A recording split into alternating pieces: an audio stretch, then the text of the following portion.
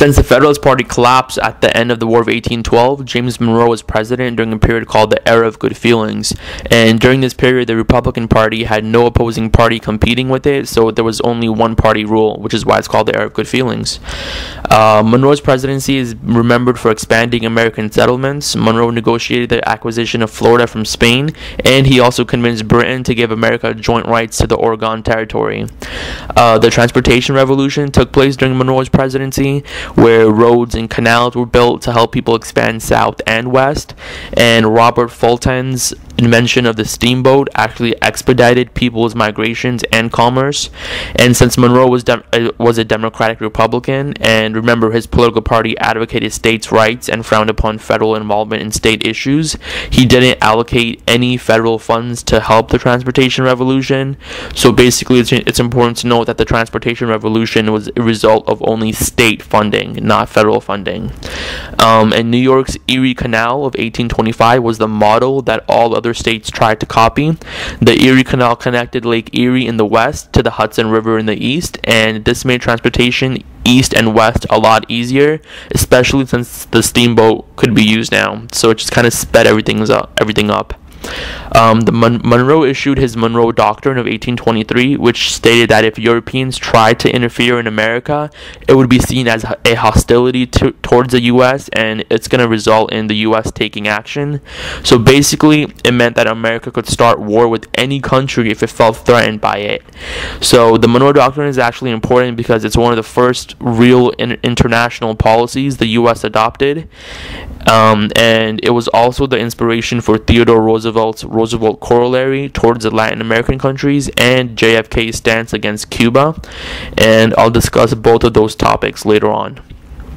Since the Constitution never really addressed the issue of slavery, it was pretty much up to the states to decide if they allowed slavery or not, and as more and more states were started to develop westward, the situation of determining which state would be free and which state would be slave got tougher.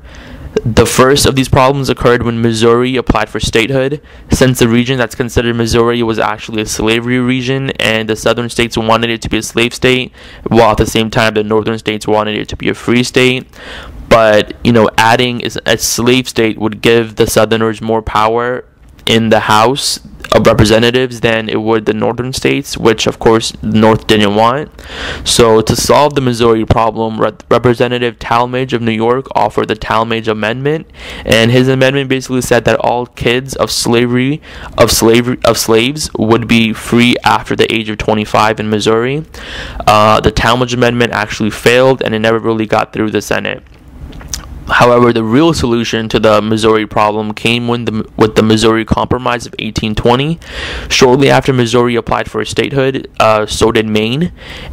So basically, Missouri Compromise made Missouri a slave state while making Maine a free state, and it banned slavery from all parts of the Louisiana Purchase north of the 3630 latitude. This allowed for both the slave and free states to have equal representation. Alright, so now Jacksonian Democracy. In the 1824 presidential election, 3 Democratic Republicans were fighting for the presidency: Andrew Jackson, John Quincy Adams, and Henry Clay. Jackson won the plurality vote, which means that he got the greatest number of votes, but it was less than 50%, but he failed to win the Electoral College. So he got the popular vote, but he didn't get the Electoral College.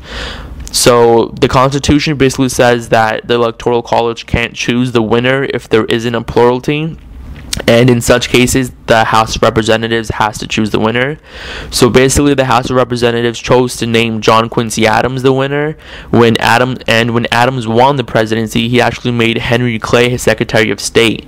So Jackson thought something was up. Something just didn't seem right, so he thought that this was basically set up against him, and he called it the corrupt bargain.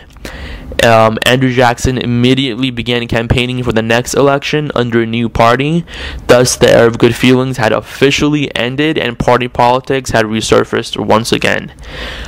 Jackson, now calling himself a Democrat, was supported by John C. Calhoun, who was the current vice president for John Quincy Adams.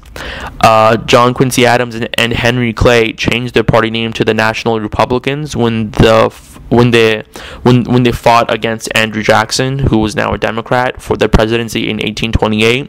Jackson won that presidency in 1828, and so began Jacksonian Democracy. Basically, Jackson was an extremely popular candidate, and he was called the leader of the common man. His image wasn't really of an aristocrat or a politician, but more of a friend that was looking out for the masses, and the general who supposedly won the War of 1812. Because remember, he did win that Battle of New Orleans in 1812, and everyone thought that he won the War of 1812 as well. So Jackson used the spoils system, which means he gave government jobs only to people that were a member of his political party. Basically, he only gave jobs to people who were Democrats. Jackson is also remembered for using the veto power a lot and excessively. Like Monroe, Jackson favored westward expansion. He signed the Removal Act of 1830, which stated that Indian tribes forfeit their land or die fighting for it. John Marshall, who was still the Supreme Court Justice at the time, determined the Removal Act to be unconstitutional, but Jackson ignored him.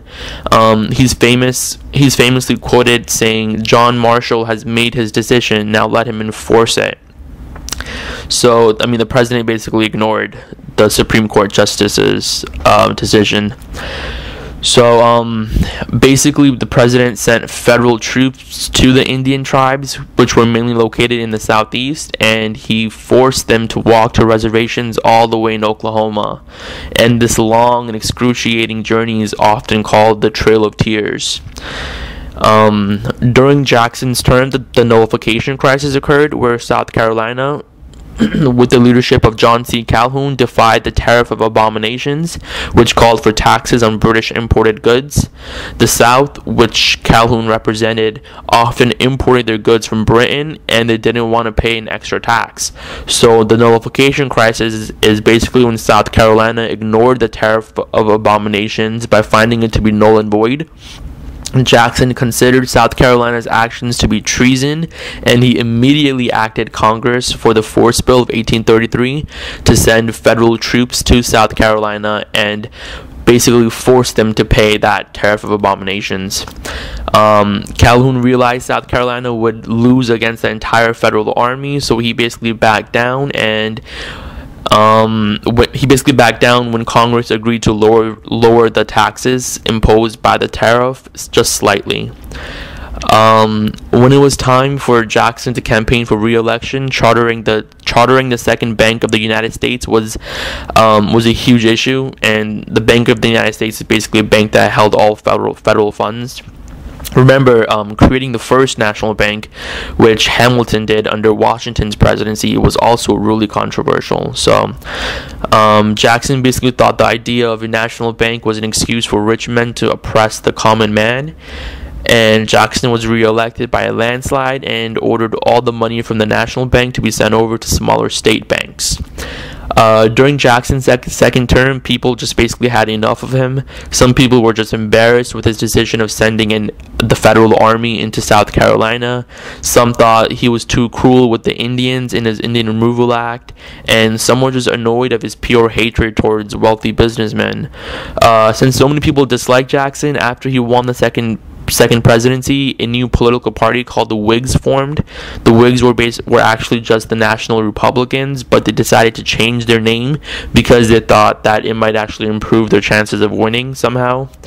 The Whig Party was pretty short-lived. It only lasted about 20 or so years, and it just couldn't keep up with the deepening split between the North and the South.